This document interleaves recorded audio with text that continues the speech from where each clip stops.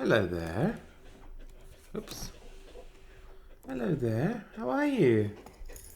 How are you? Say hello, everybody. Hello, everybody. Aww.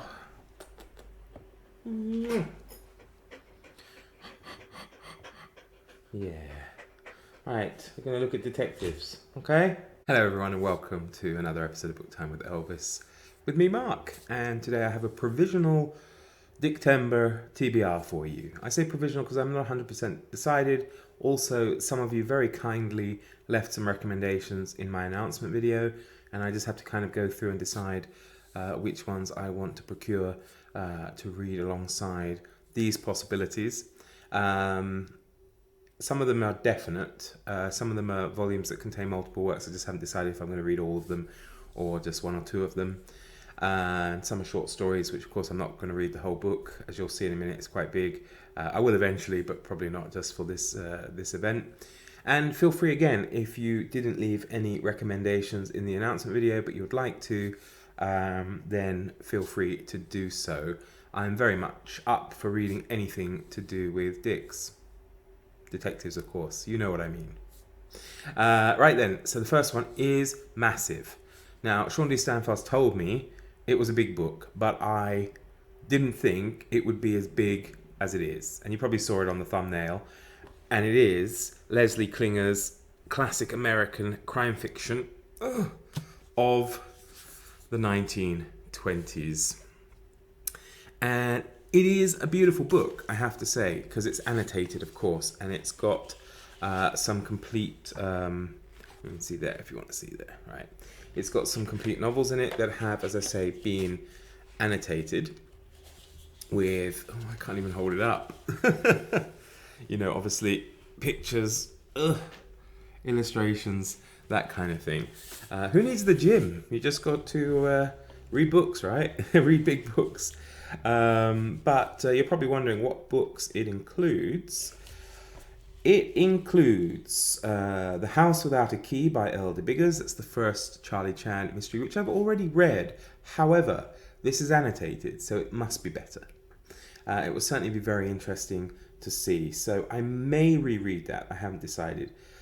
Basically, I'll read one from this book at a minimum. Next up is The Benson Murder Case by S.S. Van Dyne.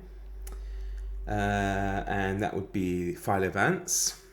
And I haven't read any of him before, so that could be very interesting. Next up, we have The Roman Hat Mystery by Ellery Queen. Again, I haven't read them before, so that would be a possibility.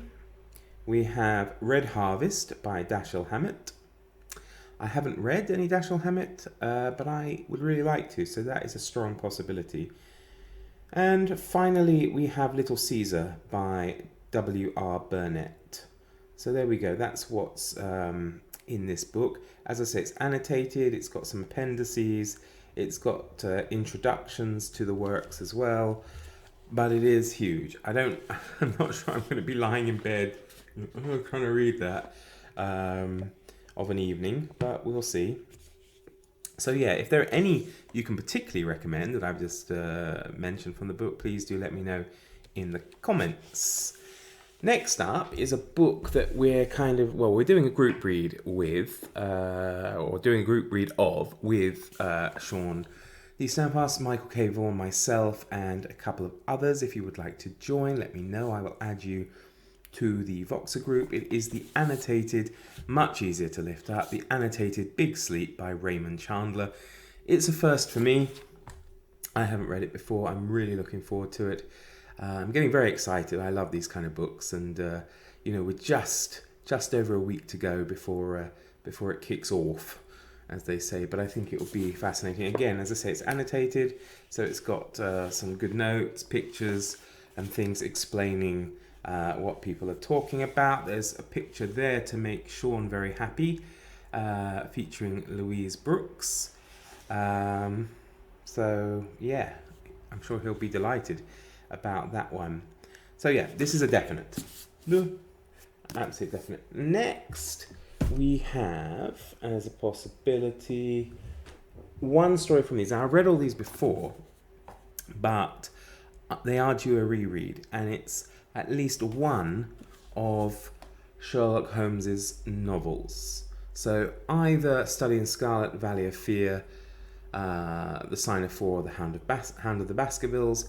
I will be rereading at least one of those, and I'm excited to do so. It's been a while since I visited 221B Baker Street, and I really can't wait to do so. And I've got it in this nice Penguin Deluxe Classics edition, you know, with the deckled edges and the French flaps, etc. And it's it's a nice book to hold, I have to say. So yeah, again, if you have a preference and you would like to read one with me, put it in the comments. You know, I'm quite happy to read something with anybody. If anyone wants to join me in, if they don't want to read The Big Sleep with us, they can choose another one of these books, and I'll be happy to read them. I do have a couple of other non-Dick related reading in September, but this is just my detective books for September. So I'll talk about other things in another video. And next up we have Agatha Christie, and I have short stories Hercule Poirot, and I will probably choose a couple from there. I thought about taking on a couple of the novels, but I haven't got any. Now I can probably of course get them on ebook, but I do have these, so I thought it would be a good place to, you know, dip in and out of. And speaking of dipping in and out of things, I can also do the same with Miss Marple as well. I have the complete Miss Marple short stories, which I look forward to reading. I have a copy of this as Miss Marple as well, but this was a present for my birthday. And you know, the thing is, I love them, but I'm very afraid to read them because they are so nice. You can see it's Folio Society. I'll just show you there. It's nicely got some things on there. It's got some does have some illustrations somewhere. For example, if you can see that there.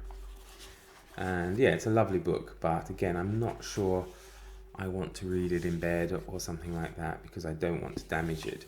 But yeah, I think Miss Marple. I used to love the films, the films from the 60s with Margaret Rutherford as Miss Marple, and also the 80s television series with Joan Hickson.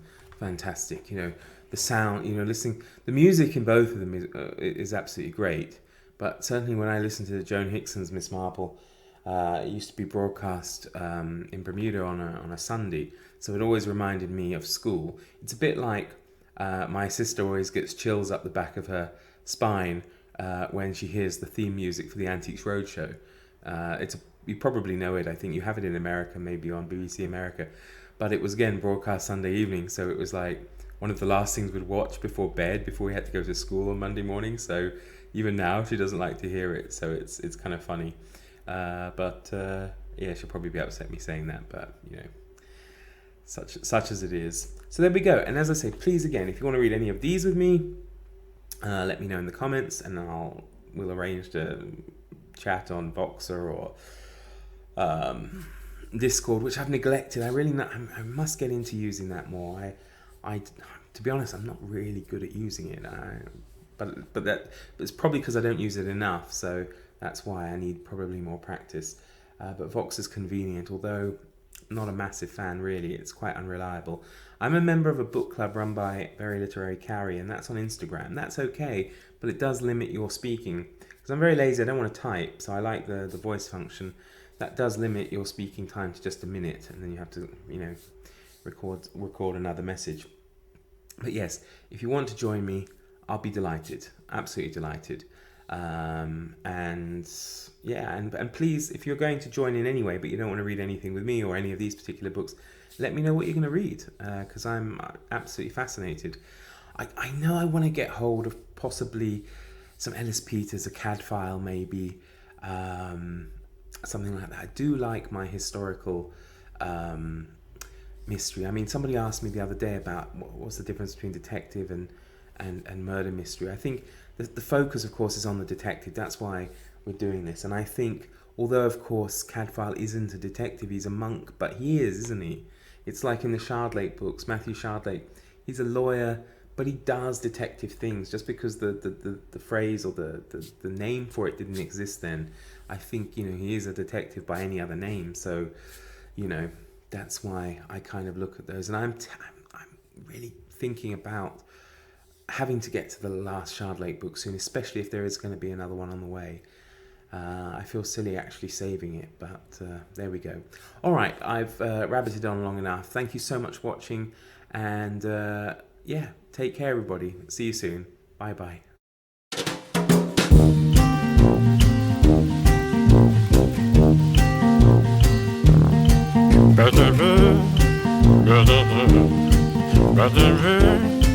Better